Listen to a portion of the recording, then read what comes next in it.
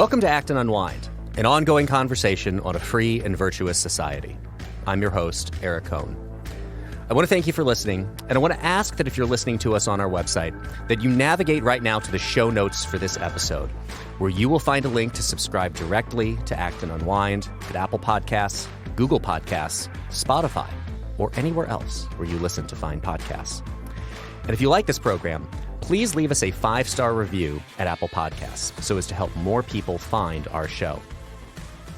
I'm joined today by Dan Huger, Acton's librarian and a research associate, and Dylan Pauman, executive editor of the Journal of Markets and Morality and a research fellow here at the Acton Institute.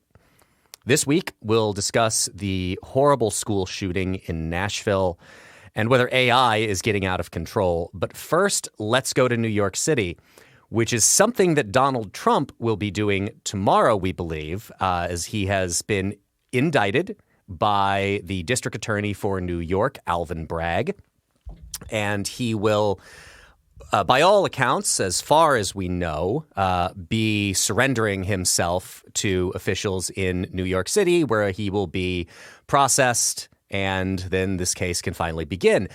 The other thing that we should say about this is the indictment, which about 2.5 weeks ago or so, former President Trump posted on Truth Social, which I guess he didn't tweet it, he truthed it. I don't know what the expression is for that. I believe people soothsay at Truth Social. Truth bomb? Truth bomb. If they've Truth Social, if you are listening, we have marketing ideas for you. But he shared that this indictment was coming, and then for 2 weeks, it did not. It was supposed to be imminent, and it was not. And finally, on Friday, the indictment is announced, but, and this is the important point, it is currently under seal.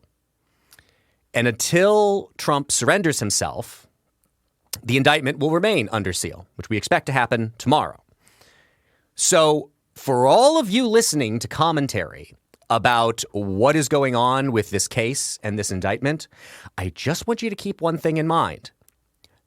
Nobody has seen the indictment yet. Now, there has been a lot of reporting about what the case is likely based on, which is there's parts that we know and there's parts about which there is just speculation, and very informed speculation, we should say, but still speculation. The underlying basis for this case is the money that was paid to Stormy Daniels, the adult actress with whom Trump had a affair, let's say, and she was paid money to be quiet about it by Michael Cohen, who was Trump's attorney, which was then reimbursed by Trump. And again, going off now, the speculation about what the legal case against Donald Trump is, that he violated a misdemeanor in New York, but in the furtherance of the violation of a federal felony crime of campaign finance violations. That is the basis of the case. Now, well-reputed lawyers say that this is an untested legal theory. So there is reason to wonder if a judge is going to look at this and is going to say that it is too much of a stretch and it gets dismissed in summary judgment. But if it's not dismissed in summary judgment and this does go to trial, I think we should just note that this is going to be a trial with a jury of Donald Trump's peers in Manhattan. So I don't think it's unreasonable to think that even if this is a bit of a stretch of a case, that we could still end up seeing a conviction here. But we're now getting very far ahead of ourselves because, again, Donald Trump has still not surrendered himself, and we still don't know what actually is in the indictment. The question that I want to ask and put out there is the reaction to the announcement that there has now been an indictment of a former president of the United States, which is the first time in American history that this has happened.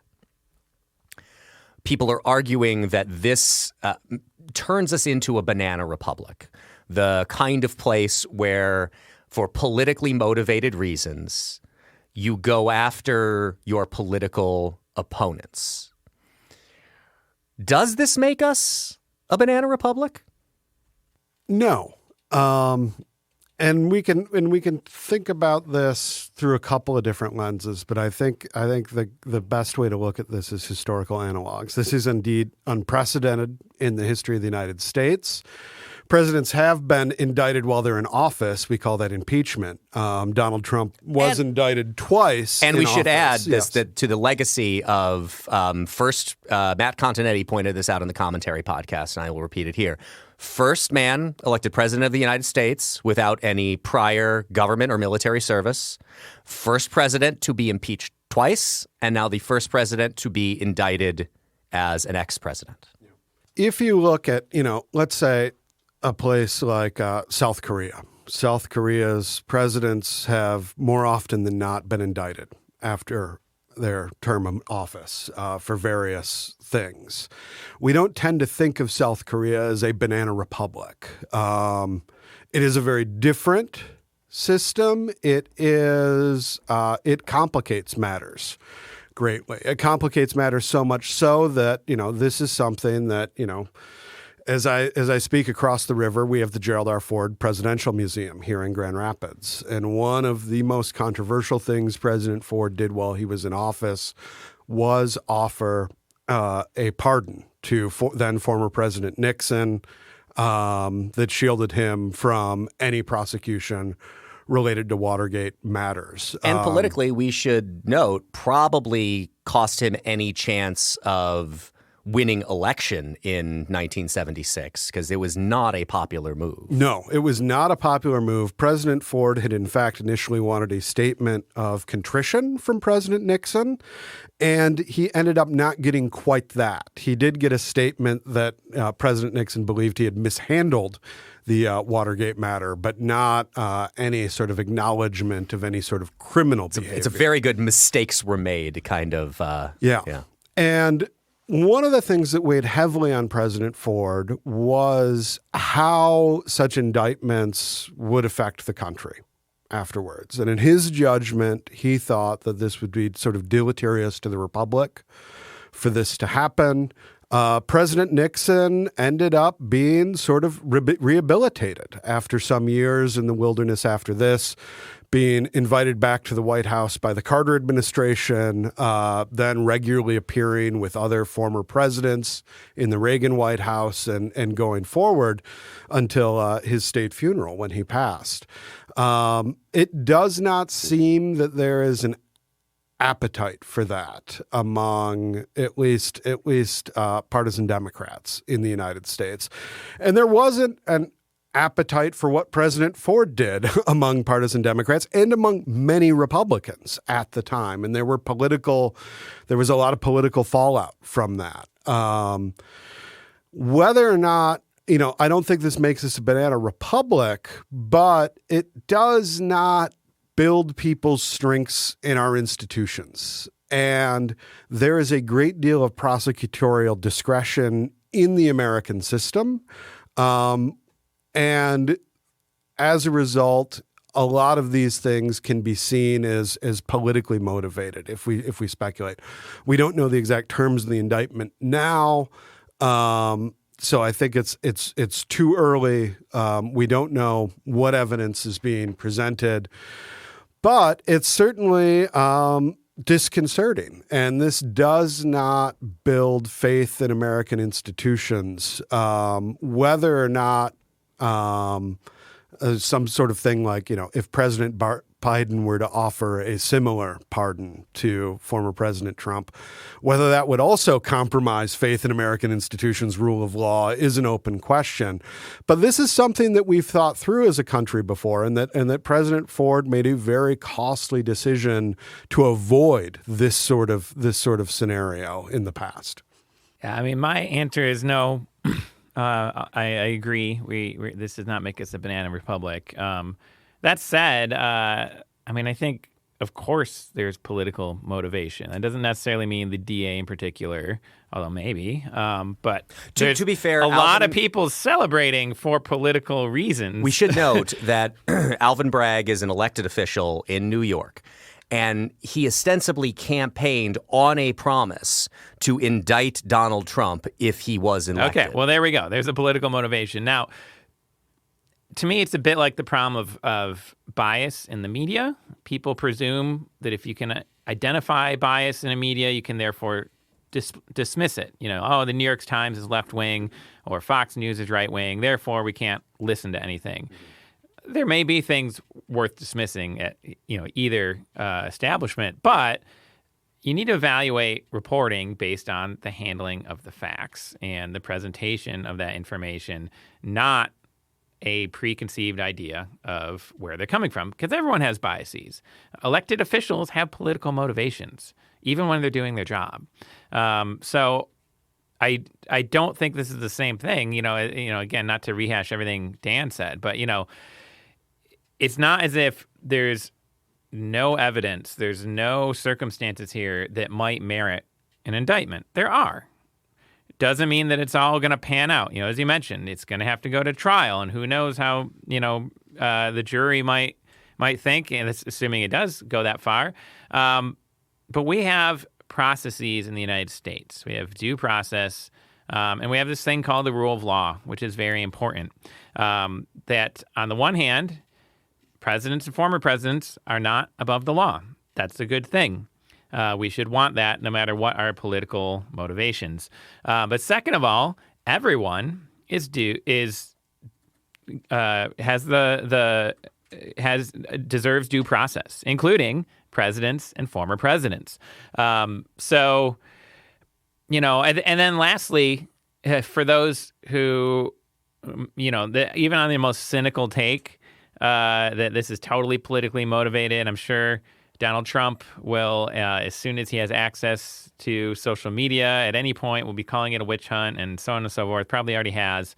That seems like a pretty big political miscalculation to me. If you are someone who does not like Donald Trump, it's, I think of, I believe it's P.T. Barnum who said, no press is bad press as long as they spell your name right. Donald Trump knows that, and he uses that very, very well. It's one of the few things I think I would say he is very good at. So putting him on trial, how long does this trial go? How many headlines are generated from this trial where his name is again in the papers, giving him the spotlight? If you are someone who has political motivations for not wanting a Trump comeback, what you want is all the cameras and microphones to be unavailable to him. That is what's going to happen. They're going to be more available to him because he will be in the news. So, it may be politically motivated, but I think it's if that is the case, if it's purely that, I think it's a huge miscalculation from people with that political motivation. So a couple of things. I had a conversation several years ago, I think maybe it was even before Donald Trump was elected president, with a friend of mine back where I grew up, who is in the real estate business. And he said one of the reasons that he liked Donald Trump is that he was, quite adept at in the real estate business. And I had to tell him that I think you have a fundamental misunderstanding. You think Donald Trump is in your line of business in real estate. You are mistaken. He is in my line of business. He is in marketing. Putting his name on buildings that are built by other people is not really real estate as much as it is licensing and marketing.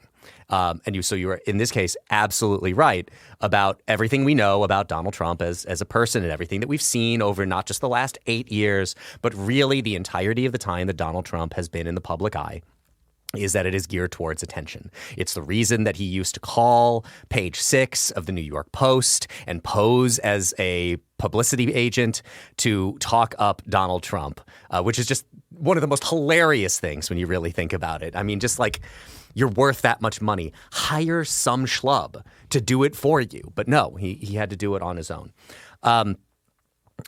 You're absolutely correct, Dylan, that ex-presidents, former presidents, are not above the law. And in that sense, I sympathize with the people who make the argument.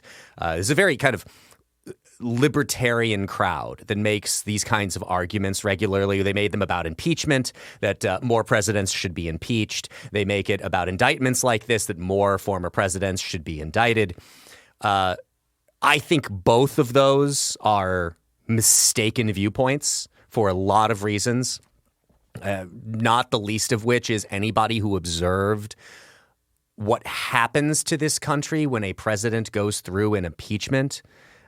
It is just not the kind of thing that I think we should desire to repeat on a regular basis, even if, as I've made this point numerous times before, I think both Barack Obama and George W. Bush could have been impeached for things that they did, because both of them violated their constitutional oath of office. Both of them said about different pieces of legislation or executive actions, in Obama's case, that they could not do what they later said that they were going to do. Barack Obama in signing, basically making DACA and DAPA law through executive order, and President Bush, I think, in signing the Campaign Finance Reform Act, McCain-Feingold, where he said, I think parts of this are unconstitutional, but I'm going to sign it anyway.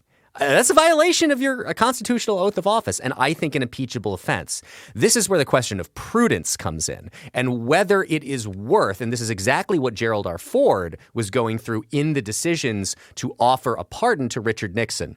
Is it worth the country going through all of this for the best possible outcome of such a circumstance?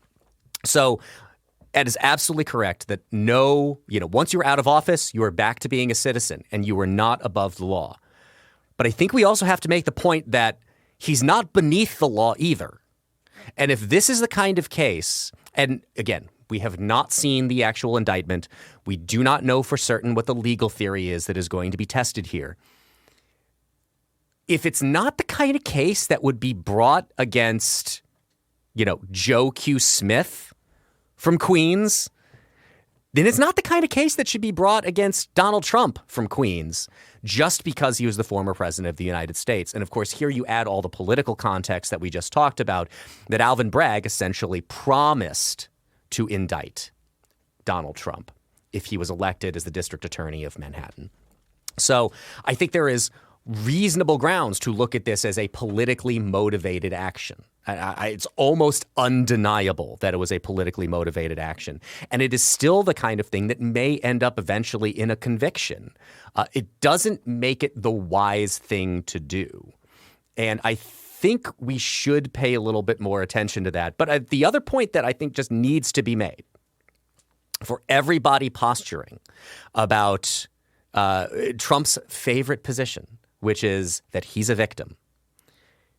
Nobody denies the underlying facts of the case. Nobody denies that he had a fling with Stormy Daniels. Nobody denies that he paid money for her to not talk about it, or that Michael Cohen paid money for her to not talk about it, that he then reimbursed. The facts are not in dispute. What is in dispute is whether it rises to the level of a felony, and whether or not a prudent district attorney should bring a case like this. So I think the answer can simultaneously be that the people who are clutching their pearls right now over the end of the republic, and you always know that people are really serious about what they're saying when they don't say the country, they say the republic. This is going to be the end of the republic. It's just something about the verbiage that really gets our dander up. It's not the end of the republic. It doesn't make us a banana republic. But it still may not be the smartest thing to have done. I mean, to be fair, banana republic, still a republic. It's in the name. Technically. It is in the name. How can one dispute? Even in the factory store version, banana republic is still a republic. Let's move on now to our second topic. Sadly, another one of these incidents that we're talking about. And on one hand, I didn't want to talk about this today. The shooting at Covenant School in Nashville. Because We've discussed previous school shootings before. And I honestly don't know what more there is to say about it other than it's awful, it's evil, and frankly, it is exhausting that we're once again talking about children who are dead at the hands of some evil and demonic person who thought the way to deal with whatever problems they have in their life is to take out the lives of others on their own way out. But the reaction to it, to me, has been somewhat fascinating because the quote-unquote narrative got compromised very quickly because the profile of the kind of person who perpetrates these crimes was not the exact same profile that we saw of this shooter in Nashville, who was a transgender woman.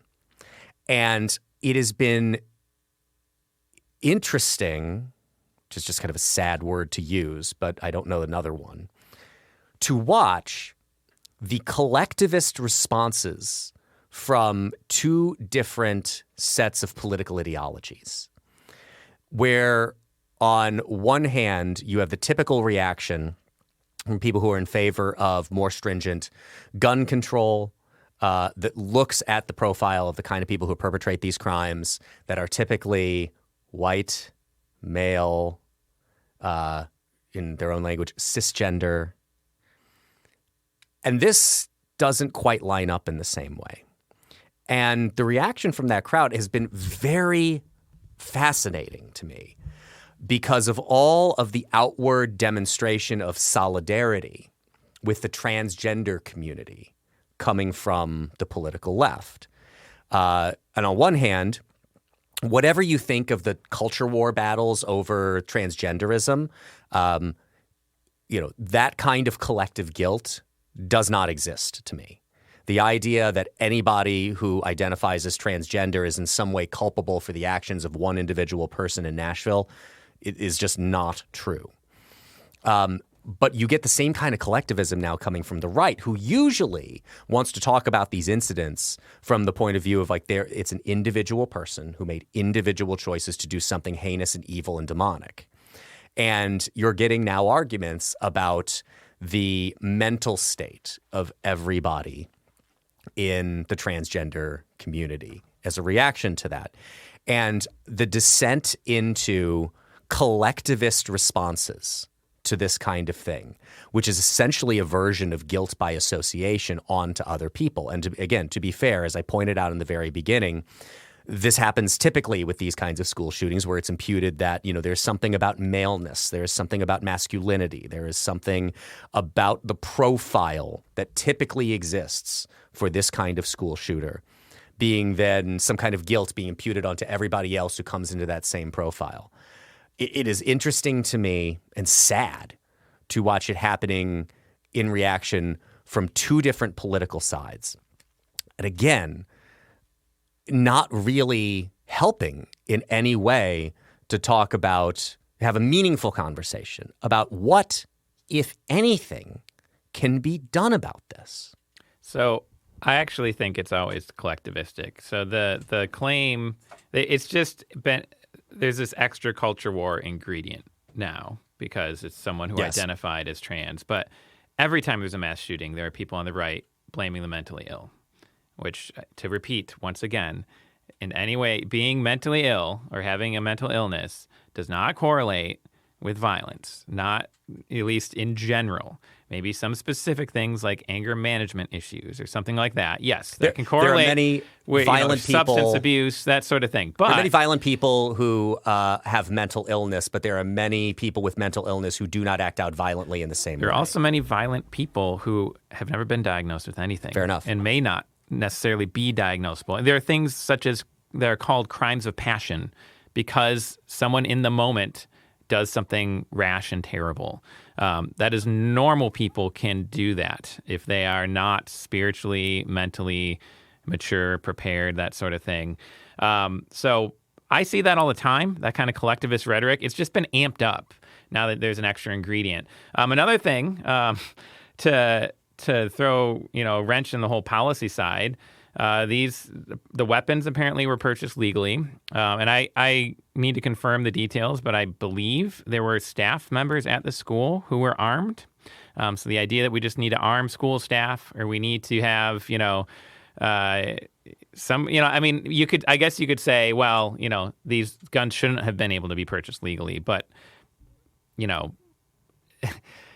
I presume it's a little different than somebody just taking a gun from someone else, as often happens, or getting on the black market or whatever. There had to be some kind of checks. Maybe people say, well, there needs to be more.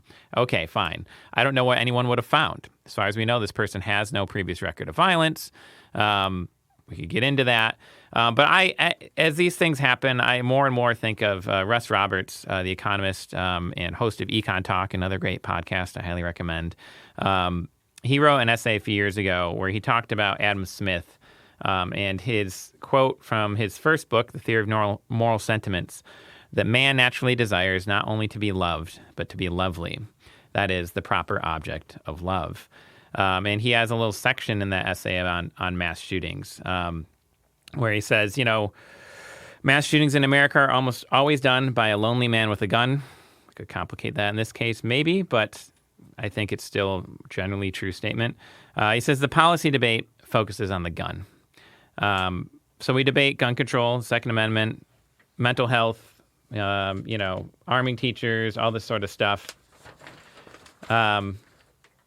We debate everything except why it's come to pass that it crosses someone's mind to murder strangers for what seems to be no reason. We take that as a given and try to figure out how to make the task more difficult. How do we come to this point in American life? We focus on the gun, but we might want to focus on the lonely part. And I bring that up because I don't disagree that this is an evil thing and tragic thing that has happened, but it is also not so spontaneous and unexplainable. Very often, these are isolated, lonely people.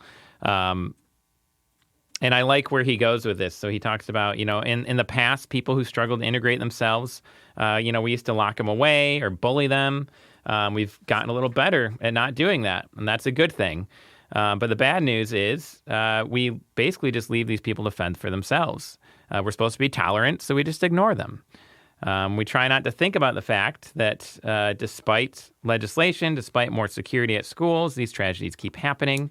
None of these policies get to the underlying problem, the loss of connection and an unsatisfied longing to belong that Adam Smith understood. That challenge is not easily quantified, so it's unlikely to get anyone's attention or to be the focus of a research project. And then I really like this. We need to pay more attention to the people around us who are unloved and try to connect to them. I think there's even a danger here that he gets past of focusing just on the person, as much as there's not enough of that. All the policy debate is about the gun. But all of us have people in our lives who are lonely that we know. All of us have something we can do. It's not a policy solution. It's not political. And that's not to say that none of that stuff may or may not be helpful. But I think if we feel sadness at this, if we are appalled at the evil here, we also need to do some introspection and ask ourselves, who have we dismissed? Who do we ignore because we don't know how to deal with them? Doesn't necessarily mean that you in particular are the right person to reach out, but maybe you can reach out to someone who can. Maybe you can find some way to offer these people the community they lack so that they don't feel desperate and alone.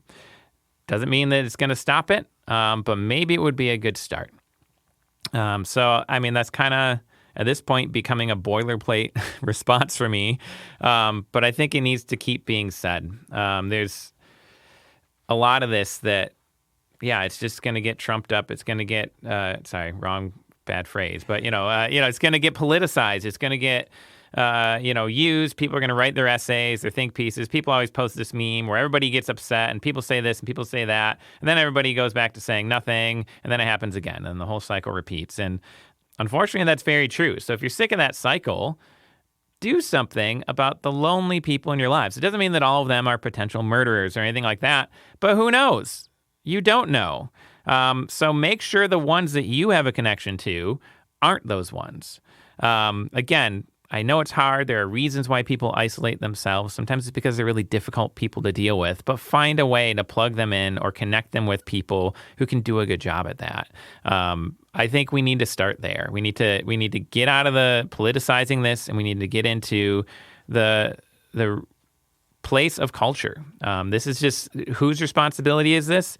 Maybe in a tertiary extent, it is public policy. In a primary extent, it is the families and friends and other communities to which these people used to belong, do belong, should belong, and so on. It is neither a matter of the individual. If they could do it themselves, they wouldn't constantly be doing these desperate things, nor is it the state. The state has been trying things. Maybe we should keep trying things, but it doesn't seem to be working.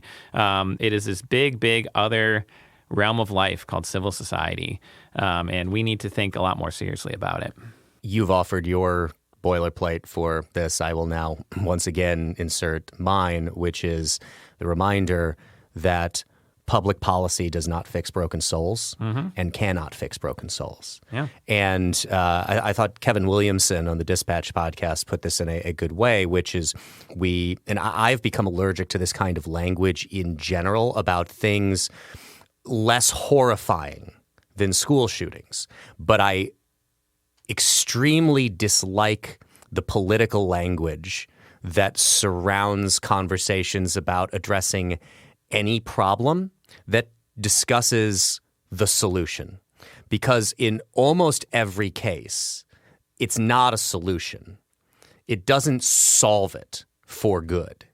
It addresses it. It may help make certain things better, but it's not a solution. I've come to sympathize greatly with the first wave of neoconservatives in their approach to politics, which is the idea of, I'm an ameliorist. My goal is to make things slightly less crappy over time. And I don't think that we can do much more than that. And in fact, I think attempts to do much more than that usually do more harm than good by making quick, radical changes. It's a time when we should step back, and in most cases, again, I understand why people look at events like what happened in Nashville as an exception to that, but that it is very easy to destroy good things and it is very hard to create good things. I think that should be a guide for the way that we approach public policy questions in this country. But Kevin Williamson, I thought, made a good point, which is about in these specific cases. It's borrowing, I think, from Thomas Sowell, who would always ask, okay, so this problem you've identified, is it even solvable? Is there something that can be done? Like if you had a magic wand to wave that would make it that would actually make it solvable. And if the answer is no, then it's not a problem. It is just something that exists, and we need to find ways of dealing with it and addressing it as best we can. But we should not talk about it in those terms. And it is sad and exhausting, and I sympathize deeply with the people who are so frustrated with the frequency at which these things occur, which, again, we should also note for all the things that you're going to read in the media about how this is like the 130th shooting of this type in the country and we're only in the beginning of April. That is an inaccurate statistic. It is conflating a whole bunch of different things that are just not at all what we are talking about when we are talking about school shootings like the one that occurred in Nashville. So it doesn't help that people are inventing statistics that make this seem far more frequent than it is, but it is still too frequent. The fact that it happens, that we were just here several weeks ago discussing the shooting that happened at Michigan State University, and we are here again discussing another one, is horrible and awful and evil and terrible, and I don't have the words to fully summarize exactly what it is. And it is just frustrating beyond belief to have to embrace the idea that there's no easy solution to this. But there is no easy solution to this. And people can do the kinds of things that you're recommending, Dylan. They can do the kinds of things that are being recommended. The resistance typically that has come along to you get resistance to gun control measures, and you get resistance to the right, which has adopted the idea of we need to deal more seriously with mental health in response to these. In this case, in particular, coming back to the unique part of this story of this being a transgender person who committed this crime, there's a resistance to talk about it in mental health terms because, and for understandable reasons, I understand the left just doesn't want to say that, transgender people are potentially mentally ill, which is a connection that if they ceded even a little bit, the right would jump all over. And it turns into this just awful political back and forth that becomes the meme that you were talking about, that we're going to scream at each other for a week and a half. Nothing happens. And we just go back to the way we were before until one of these incidents happens again, and we repeat the cycle over and over again. So one of the great pleasures of my professional life is doing this podcast. And one of the reasons that I so enjoy doing these podcasts is we don't fall into the trap very often, although sometimes we do, of speculation. Michael Crichton has a great essay, Why Speculate? And what you see with all of these tragedies is they become occasions for speculation, oftentimes before the facts are in. Oftentimes those facts we never know. What I see this discussion turning to is this is an occasion for introspection rather than speculation. And I think that the country at large would be served well if we use these occasions for that more and for speculating less. This is the first time I've talked about this since it has happened with anyone. Oftentimes when politics come up in private conversation, I say, hey, I'm on this weekly podcast. Like and subscribe, 5-star reviews only. You can get your weekly dose of Dan's opinions there. That's very much in line with what a friend of mine told me a long time ago when I got into this business, which is you will find yourself in a lot of social situations where people know what you do and are going to want to have political conversations with you. Don't do it unless you're getting paid. And I think the important thing is, in addition to the reaching out, the introspecting in terms of lonely people in our lives, another thing, when you have these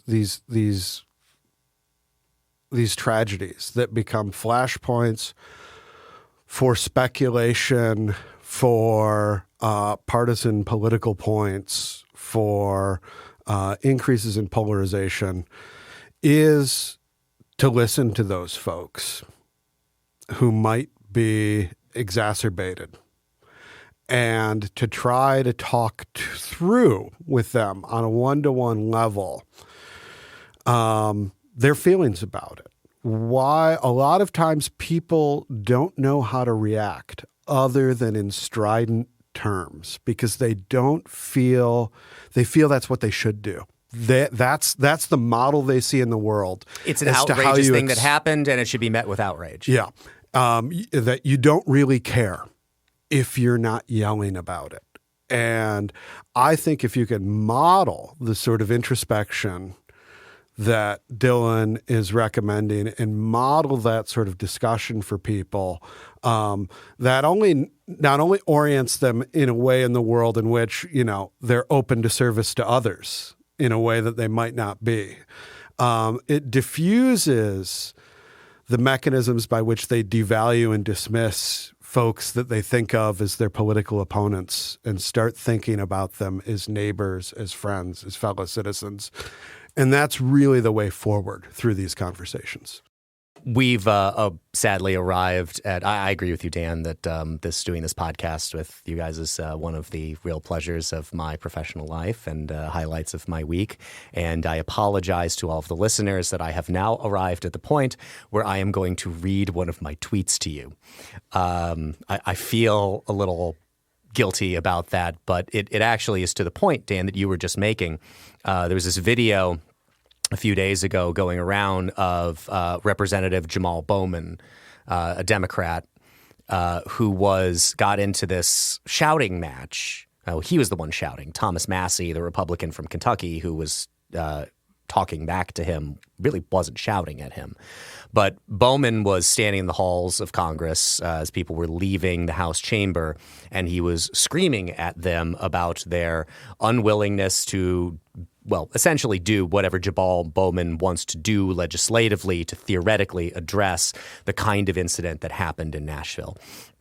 And I don't know who the person is who I saw share the video of this, but they called it, "This is leadership and truly amazing."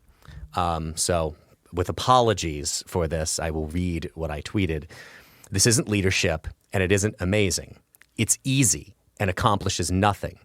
Forging consensus, if you're serious about your stated legislative aims in an environment of divided government, is leadership. But it's also hard, and no one wants to do hard work, so this is what we get instead." Everything is so geared towards the performative now that you're right, Dan. It's if you're not screaming about it, you don't really care.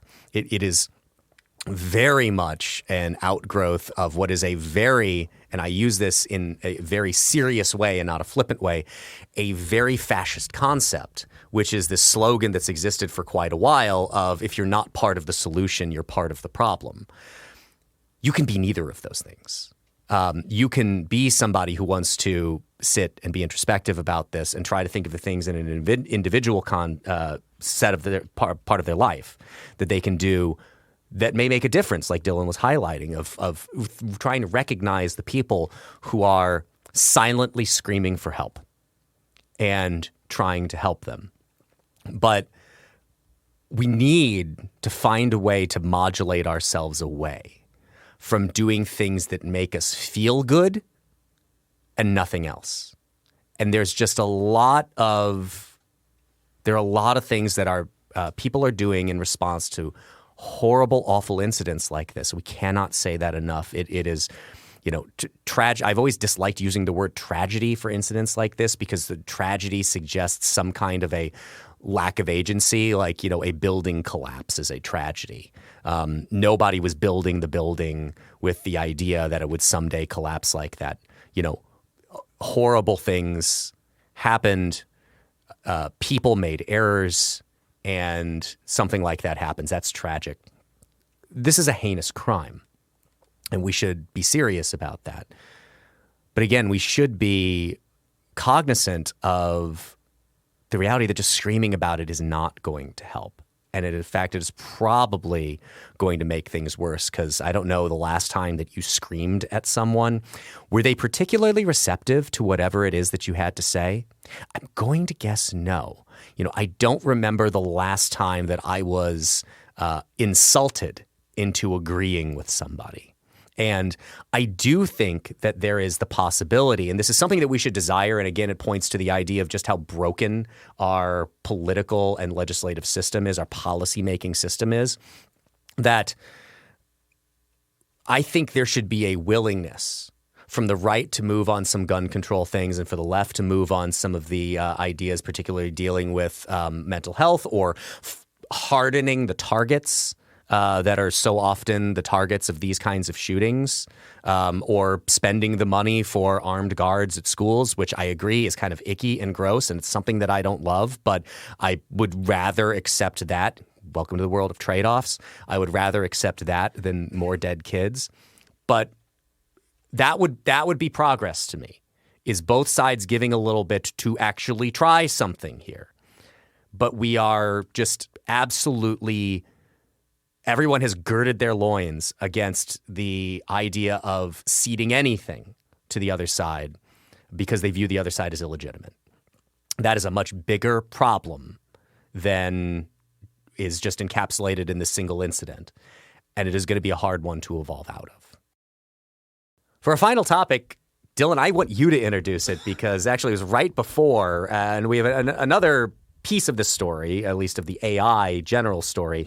But I want to share with you, and we will put it in the show notes for anybody else who wishes to also be visually accosted by what it is you shared. I'll let you explain it and why we're talking about it. So I don't know all the details. Somebody just posted, text to video AI like creation is now a thing. So you can type in a prompt, I want to see a video of X, and an AI will produce a video, a simulated video, that tries to approximate that. So the one that was shared, which I'm sure I'll revisit in my nightmares tonight, is just Will Smith eating spaghetti, which you would think shouldn't be so scary, but it looks like It's Will horrifying. Smith, but it's a lot of spaghetti really fast, and there are ways in which it's clearly not Will Smith. So on the one hand, the AI hasn't quite reached the level of automated deepfake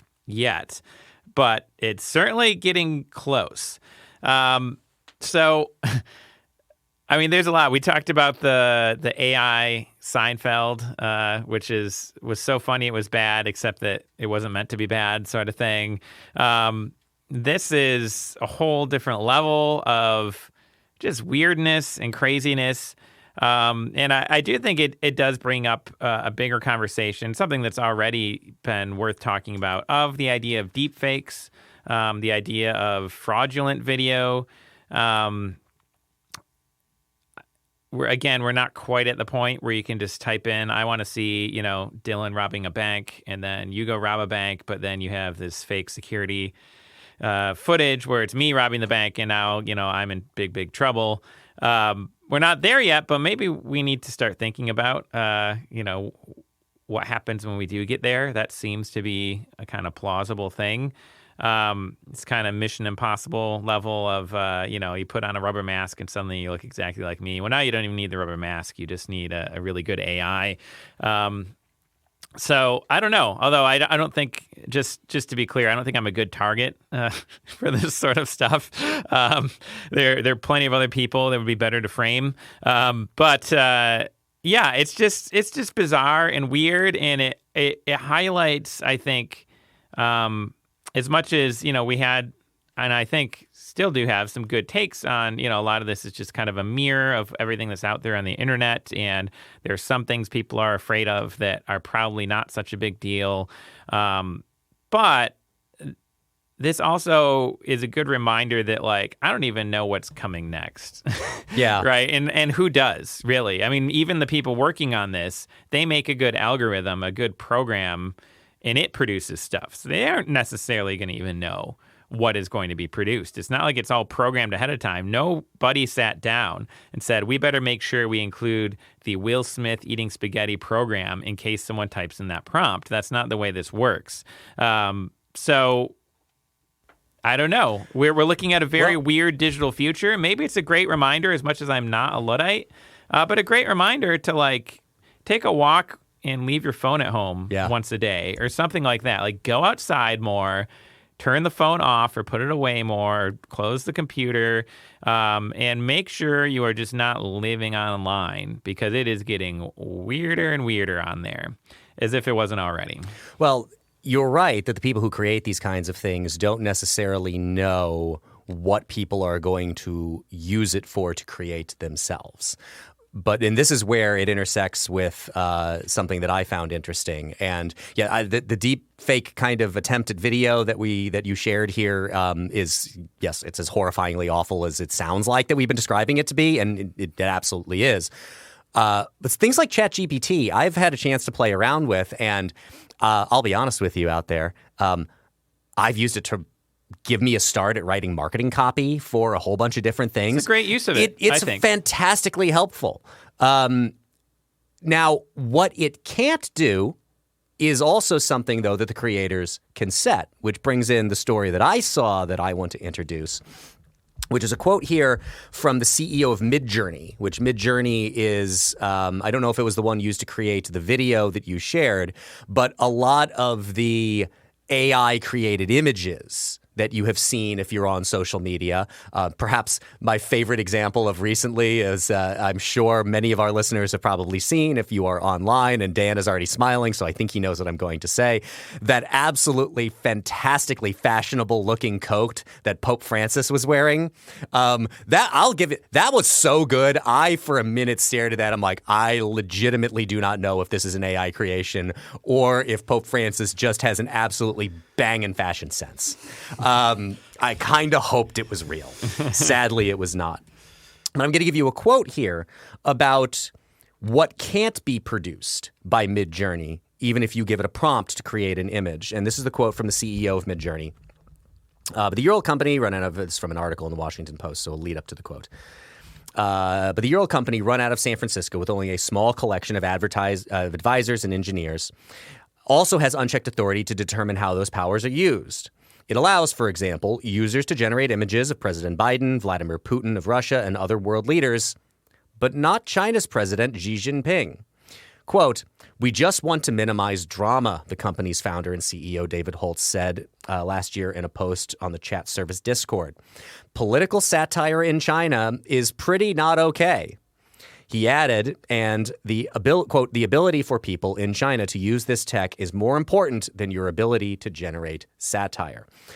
One, I would like to suggest to Mr. Holtz that maybe he could have had an AI generate a quote for him that is a little less challenged in terms of its syntax than political satire in China is pretty not okay.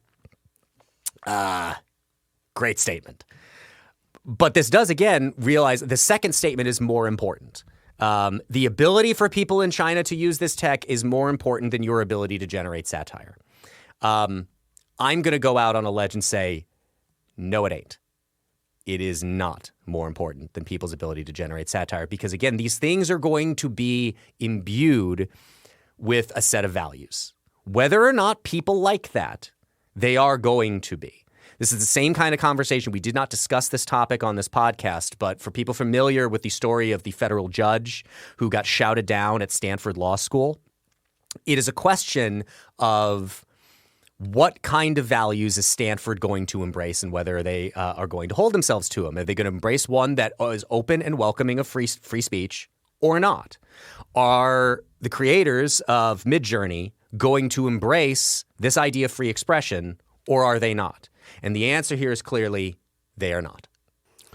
There are all sorts of societies where it is not okay to do certain forms of political satire. In the Russian Federation, for one, you mentioned, and yet this is not blocked. I am not certain, but, the laws in Thailand are very restrictive in terms of how you can talk about and how you can depict the king.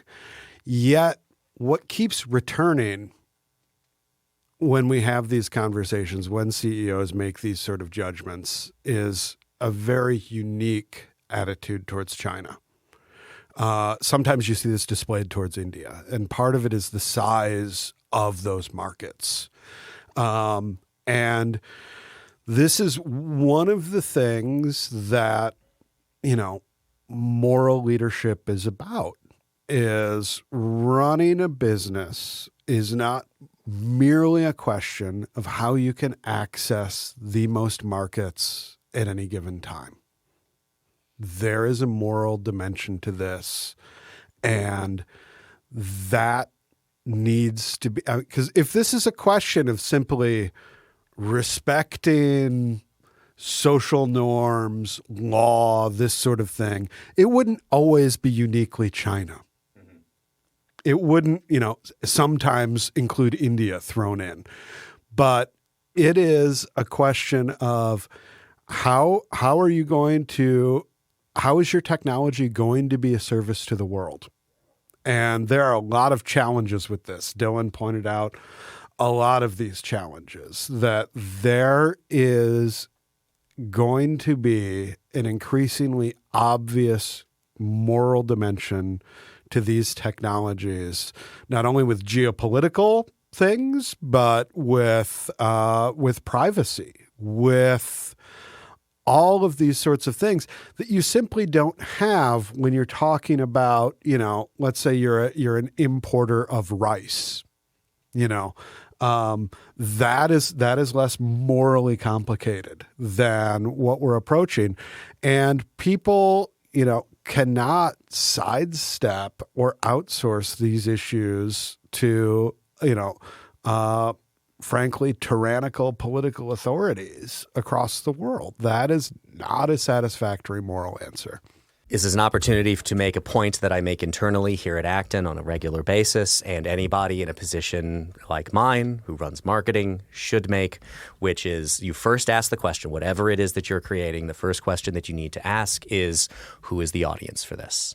And the answer can never, ever, ever be, this is for everyone, because no product is for everyone.